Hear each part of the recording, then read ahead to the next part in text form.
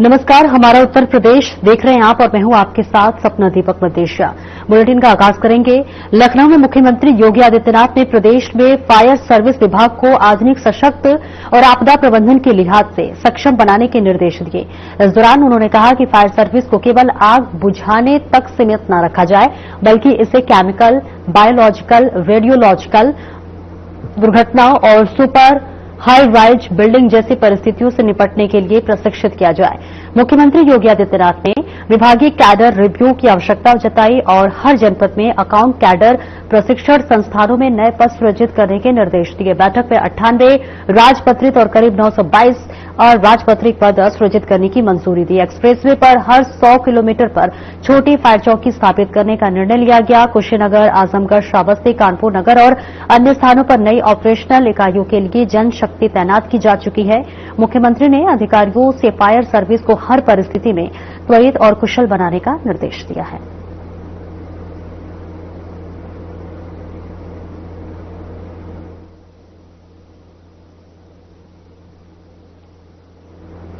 और बिहार विधानसभा चुनाव को लेकर केंद्रीय मंत्री और बीजेपी के राष्ट्रीय अध्यक्ष जेपी नड्डा ने पातेपुर में आयोजित रैली में महागठबंधन पर जमकर हमला बोला। इस दौरान उन्होंने कहा कि राजद के जंगल राज के दौरान कानून व्यवस्था पूरी तरह से ध्वस्त थी और अपहरण एक आम व्यवसाय बन गया था। जेपी नड्डा ने दावा किया कि अपहृत व्यक्तियों से वसूली जाने वाली फिरौती की रकम अक्सर तत्कालीन मुख्यमंत्री के आवास तक पहुंचाई जाती थी और इस दौरान जेपी नड्डा ने जनता से अपील की कि इस बार चुनाव में ऐसे राजनीतिक दलों को निर्णायक संदेश दिया जाए जो अपराध और भ्रष्टाचार से मुक्त राज्य सुनिश्चित कर सके।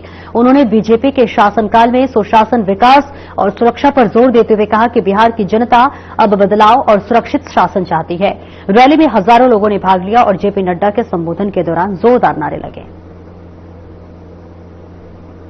तक तो हम लोग सरकार चला रहे थे। 6 अक्टूबर तक आपने जो 2020 में आशीर्वाद दिया था, उसके आधार पर आपने जो 122 से अधिक सीटें दी थी, उसके आधार पर बिहार में एनडीए की सरकार चलाया जा रहा था। लेकिन साथियों, अब तय हो चुका है। अब आपको तय करना है आगे का भविष्य कैसा बनाना है। अभी लखेंद्र जी बता रहे थे कि आपके यहां ये बगल में बिल्डिंग बनना शुरू हो गया, यहां स्टेडियम बनना शुरू हो गया और जो सबसे महत्वपूर्ण है विद्या की मंदिर, डिग्री कॉलेज भी यहां स्वीकृत हो गया। ये लगातार लखेंद्र जी का प्रयास था साथियों। लेकिन साथियों, आज बिहार बदलना है और बदलना है। और क्योंकि आजादी के बाद, श्री बाबू के बाद किसी मुख्यमंत्री ने बिहार में कोई काम नहीं किया था साथियों। सरदेव कर्पूरी ठाकुर जी ने बिहार में सामाजिक न्याय का नींव डाला। लेकिन जब आप लोगों ने बिहार में पहली बार एनडीए की सरकार 2005 में नीतीश कुमार जी और सरदेव सुशील मोदी के नेतृत्व में बनाया, तो ये बिहार बदलना शुरू हो गया साथियों। और इसलिए गर्व से कहता हूं, 2005 के पहले अब सोचिए, इसी पातेपुर में आने में लोग गड्ढे में सड़क है कि सड़क में गड्ढा है, ये पता ही नहीं चलता था। लोगों को बिजली उपलब्ध नहीं था। आप याद कीजिए, 2014 में आदरणीय प्रधानमंत्री जी देश के प्रमुख सेवक बनकर आए, प्रधान सेवक बनकर आए और उन्होंने घोषणा किया कि हम गांव-गांव बिजली पहुंचाने का काम करेंगे। आदरणीय मुख्यमंत्री नीतीश कुमार जी ने बिहार में घोषणा किया कि हम घर-घर बिजली पहुंचाने का काम करेंगे। पहुंचा कि नहीं पहुंचा? पहुंचा कि नहीं पहुंचा? अब सोचिए साथियों कि जिस प्रदेश में मात्र 17 लाख लोगों को बिजली कनेक्शन था, आज के तारीख में 20 साल आपने दिया। जहां 17 लाख लोगों को बिजली कनेक्शन था, आज 2 करोड़ 14 लाख लोगों को बिहार में बिजली कनेक्शन है। और बिजली कनेक्शन में जब देश के यशस्वी प्रधानमंत्री आदरणीय नरेंद्र मोदी जी और बिहार के लोकप्रिय मुख्यमंत्री नीतीश कुमार जी ने तय किया कि हम बिजली का 100% सब्सिडी बिहार में देंगे। और पहले हम 60% सब्सिडी देते थे 15,000 करोड़ रुपया, हम लोगों ने 5,000 और बढ़ाया। और जब 1 जुलाई को हम लोगों ने इसकी घोषणा किया, क्योंकि महिलाओं से जब संवाद किया गया तो महिला बहनें कहती थी कि हमको बिजली बिल आ रहा है, हमको 700, 800, 1,000 रुपया बिजली बिल देना पड़ता है। तो आदरणीय मुख्यमंत्री नीतीश कुमार जी और देश के यशस्वी प्रधानमंत्री नरेंद्र मोदी जी ने तय किया कि हम 125 यूनिट बिजली बिहार में पूर्ण रूप से माफ करने का काम करेंगे।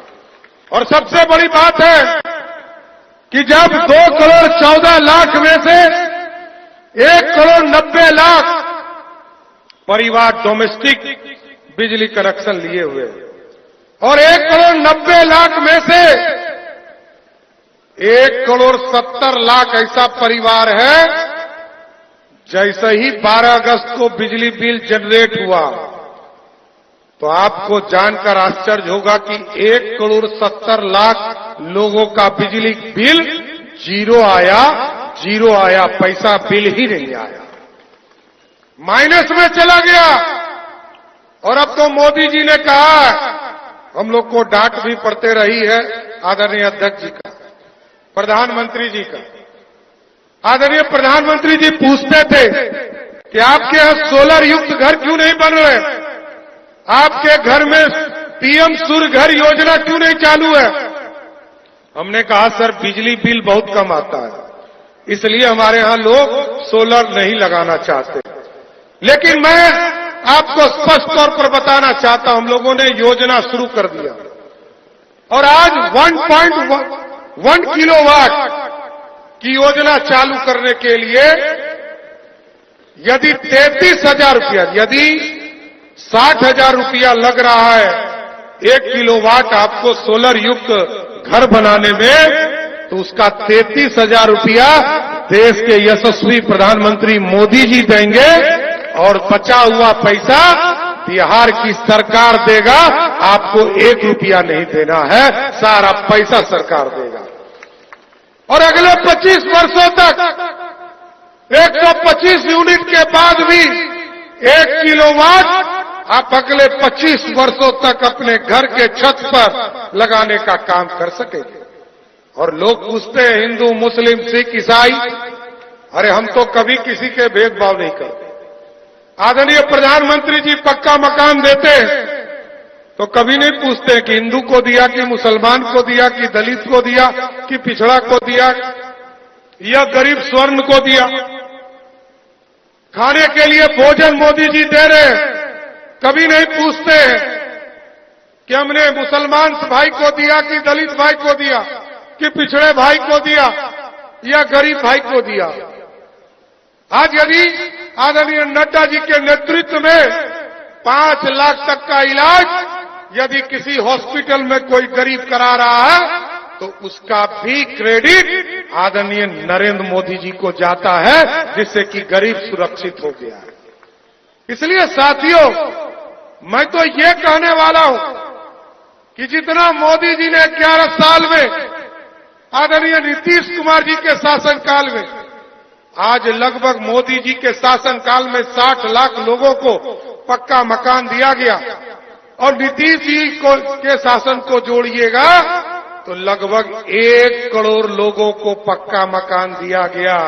और यदि 1 करोड़ लोग यदि बीजेपी और एनडीए को वोट दे दे, 1 करोड़ घर वाले, तो बिहार को लगभग 2.5 करोड़ लोग वोट एनडीए को देंगे और 2.5 करोड़ यदि एनडीए को वोट देगा तो बिहार में 200 से अधिक सीटें भारतीय जनता पार्टी एनडीए को मिलेगा।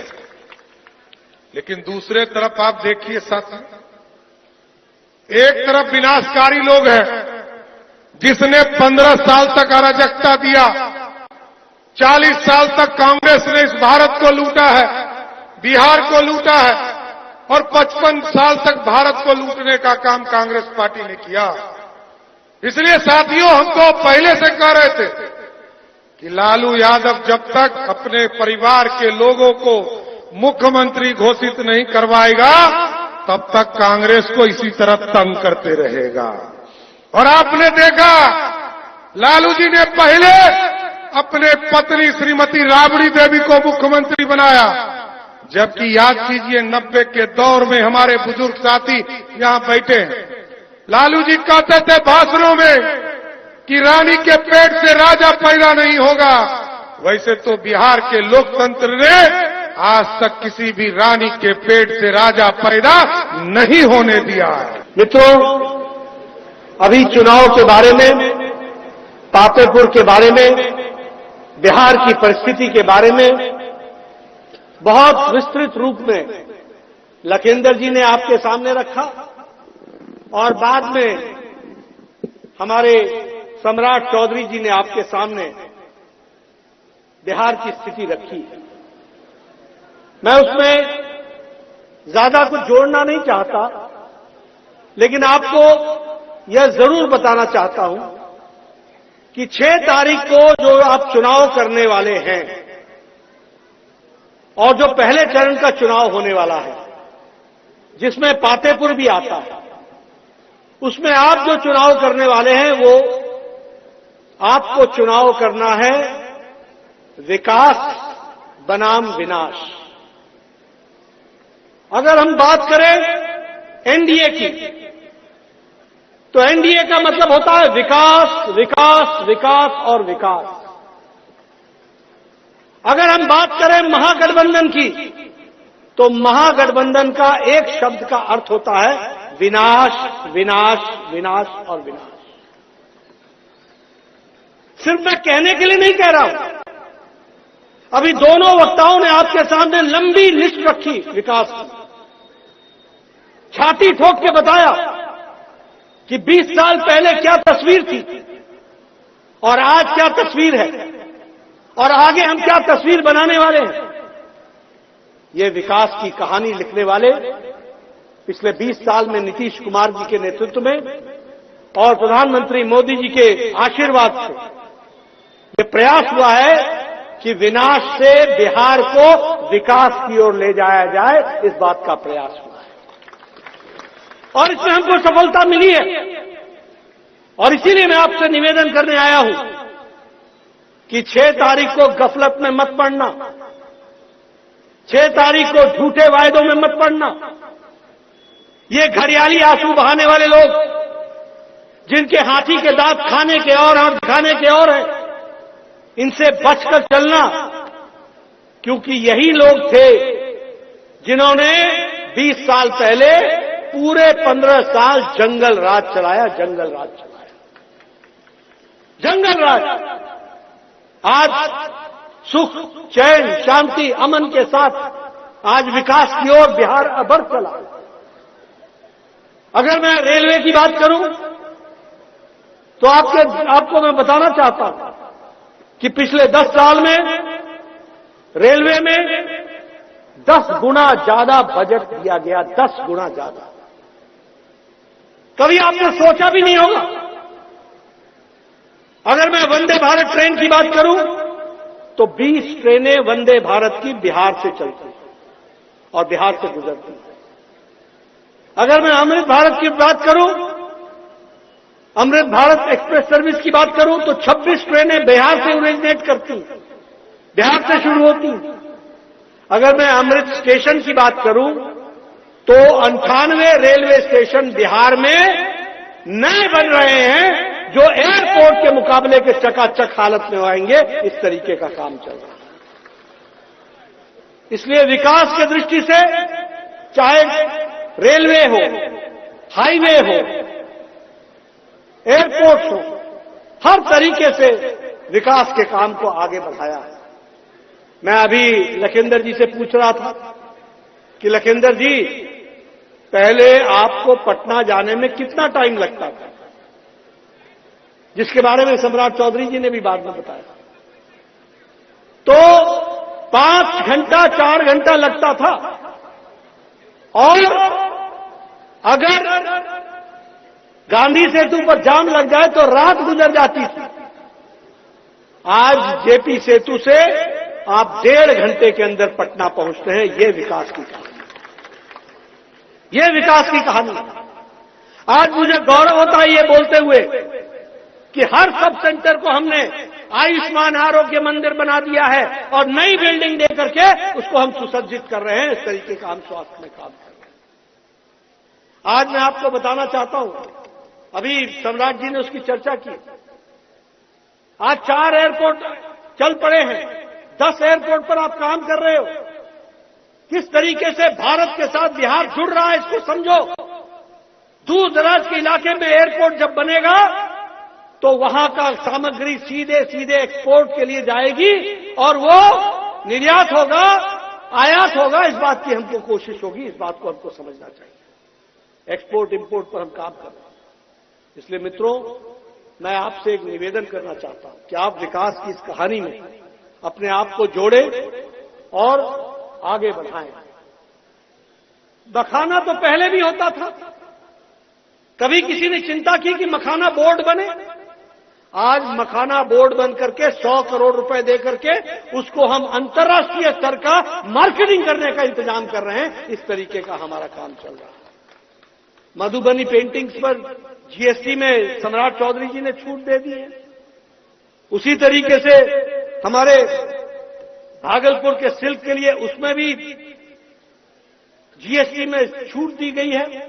जो 12% टैक्स होता था उसको 5% पर ला करके खड़ा किया गया है, ताकि आम जनता को सुविधा मिल सके और बिहार का सामान ज्यादा से ज्यादा देश और दुनिया में पहुंच सके और बिक सके। इसकी सुविधा करने के लिए किया है। ऐसे काम उठाए हैं जिससे बिहार का सर्वांगीण विकास हो, हर तरीके से विकास हो।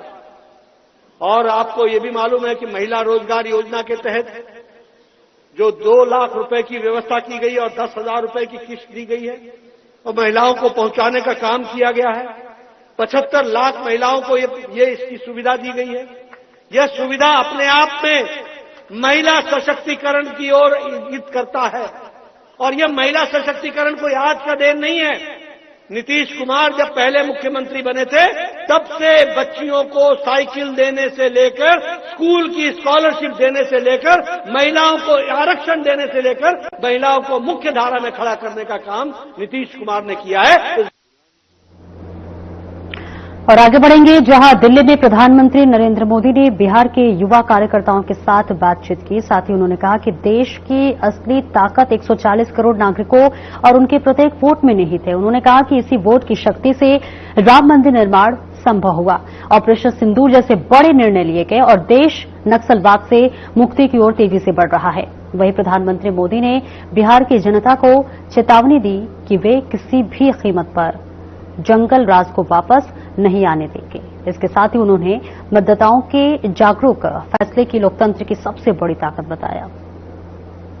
नहीं हूँ, लेकिन सर 1997 बॉर्न हूँ, तो मैंने सर जंगल राज की कुछ स्थितियां अपनी आंखों से देखी है और समझी है। ये है जो हर एक जनप्रतिनिधि का ध्यान 2005 से पहले वाला बिहार भी देखा है सर। ये बहुत और थोड़ा बहुत सोचता हूँ। उस समय आप बहुत अमलेश जी बहुत अच्छा लगा आपके अभी बुजुर्ग लोग होंगे। बात यही है कि हमने बातें करते होंगे तो वो बातें क्या होती है। अब आने वाले 20 होती है कि सर कि शाम 4 बजे के बाद घंटे बच्चे और माताएं। तो सीधी तस्वीरें आपको दिखा रहे थे, जहां देश के प्रधानमंत्री नरेंद्र मोदी ने तमाम उन मतदाताओं से बात की है, तमाम उन बिहार के युवाओं से बात की है, क्योंकि देखिए बिहार में विधानसभा चुनाव भी है और इसके लिए लगातार उन तमाम युवाओं से भी अपील की जा रही है कि वो अपने उन नेता को चुने जो उनके लिए काम करे। और इसके साथ ही साथ उन्होंने तमाम राजन जी से तो बात नहीं हो पाई, लेकिन अच्छा हो गया आप फिर से मिल गए। हाँ राजन जी बताइए अब अपने बारे में। जी, मैं राजन पासवान, जिला उपाध्यक्ष युवा मोर्चा भाजपा बेतिया पश्चिमी चंपारण। पूर्व में विद्यार्थी परिषद का भी कार्यकर्ता रह चुका हूं और मेरे घर में 6 भाई हैं हम लोग, माता पिता। तो आप क्या करते हैं राजन जी? मैं साथ में, हमारे पिताजी का राशन का दुकान है, तो मैं पापा के साथ में उनका सहयोग करता हूँ। अच्छा अच्छा। तो आजकल चुनाव में आपके जिम्मे क्या काम है? मेरे जिम्मे काम तो बूथ लेवल के कार्यकर्ताओं के बीच संवाद करना है, बात करना है, और सरकार की जितनी नीति योजनाएं चल रही हैं उसके बारे में बताना है। तो इन दिनों एक बूथ में, एक परिवार में कितनी बार जाना हुआ होगा? लगभग एक बूथ पे एक परिवार पे 4 बार 3 बार जाना हुआ है। अरे वाह, अभी तक। अकेले जाते हैं कि टोली बना करके जाते हैं? जी जी, नहीं, टोली बना के जाते हैं, क्योंकि 2000 वाले जाते हैं कि एनडीए के सब साथी जाते हैं? नहीं, एनडीए के श्रमिक सभी साथी जाते हैं, लोजपा के भी जाते हैं, और ढोल बजाते हैं, जाते हैं तो? जी जी जी, हम लोग पूरे ढोल जाते जाते पर्चा देकर के भाग जाते हैं? नहीं, हम सभी संयुक्त रूप से एनडीए के साथ ही अपना अपना झंडा अपने हाथों में लेके और झाल वोल बजाते हुए, जैसे पूर्व में हम लोग विद्यार्थी परिषद में किया करते थे, उसी तरीका से जाके माताएं बहनें के बीच में बैठते हैं, बात करते हैं। माताएं बहनें तो बहुत उत्साह में हैं कि माननीय प्रधानमंत्री जी ने हमें रोजगार से जोड़ने के लिए उन्होंने जो 10,000 रुपये का सहायता राशि दिया है, हम लोग बेटा पुनः विश्वास दिलाते हैं कि एनडीए सरकार बनेगी तो माननीय प्रधानमंत्री जी जो 2 लाख का वादा किए हैं रोजगार के लिए, तब तो हमें प्राप्त होगी। तो पुनः आप लोग को कमल छाप के जो उम्मीदवार कमल का छाप चिन्ह है उस पर हम बटन दबाने का कार्य करेंगे। क्या राजन जी, बिहार में आपके इलाके में तो एक जमाने में सड़कें तक बदहाल थी जी। पिछले सालों में हमने वहां बहुत सारा काम कराया है, सड़कें जी, अस्पताल सब बना है। इन सब ने लोगों की जिंदगी में बदलाव तो किया ही है। तो जो 40-45 साल की उम्र के लोग हैं उन्होंने पुराने बुरे हाल भी देखे हैं, अब बच्चे भी हाल देखे हैं, तो उसकी क्या चर्चा होती है? जी, 2005 के पहले मैं अभी पश्चिमी चंपारण के नौतन विधानसभा से आता हूं, और ये संसदीय हमारे लोकसभा सांसद डॉक्टर संजय जायसवाल जी का है, और कभी ये मिनी चम्बल के नाम से जाना जाता था 2005 से पहले। यहाँ पे मिनी चम्बल बोला जाता था। अच्छा, मैंने चम्बल, यहाँ पे डाकुओं का राज हुआ करता था। जब 2005 के बाद जब एनडीए सरकार आई, तब जाके जितने भी डाकू, माफिया, गुंडे, मवाली जितने भी रहते थे वो सब का यहाँ से भागना हुआ, और ये बिहार से भाग के यूपी में चले गए, और यूपी में जाने के बाद हमारे बुलडोजर बाबा ने उनका ऐसा उपाय किया, फिर यूपी से वो बिहार नहीं आ पाए। और 2005 से पहले माननीय प्रधानमंत्री जी, मैं प्रखंड बैरिया से पश्चिमी चंपारण से बेतिया मुख्यालय जाने के लिए जितने माता बहनें थी उनको जाने में लमसम 2 घंटे लग जाते थे, ऐसी रोड की स्थिति थी। लेकिन 2005 के बाद से अब ऐसा हुआ है कि हम लोग 35 से 40 मिनट के अंतर में बेतिया मुख्यालय चले जाते हैं। अच्छा राजन जी, मानो कि मैं एक पत्रकार हूं जी, और मैं कभी बिहार आया नहीं जी, और मानो मैं आज पहली बार आया हूं जी, और राजन जी मुझे मिल गए, और मैं राजन जी को पूछता हूं कि मुझे 3 चीजें बताओ जी, कि जो आपके इलाके में नौजवानों को सबसे ज्यादा अपील करती है। पहली बात तो हम नौजवान उस समय का, हम तो छोटे थे, लेकिन हमारे पिताजी बताते थे कि पहले तो हमारे पिताजी और दादाजी वोट देने जाते थे तो घर से निकलते थे, बूथ के बीच में ही खड़े रहते थे, तो वहां पे कुछ ऐसे व्यक्ति खड़े रहते थे जो बोलते थे कि आप अपना वोट दे चुके हैं, आप अपने घर जाइए, और वो घर वापस चले आते थे। वो भी एक दौर था और आज का एक दौर है। पहले हम लोग युवा लैंटेन, ये आपको एलईडी बल्ब देखने को मिलती नहीं थी, हम लोग एकदम मतलब इलेक्ट्रिसिटी का इधर कोई नामो निशान नहीं था। आज हम लोग एलईडी बल्ब देखते हैं। फिलहाल इस बुलेटिन में इतना ही। नमस्कार।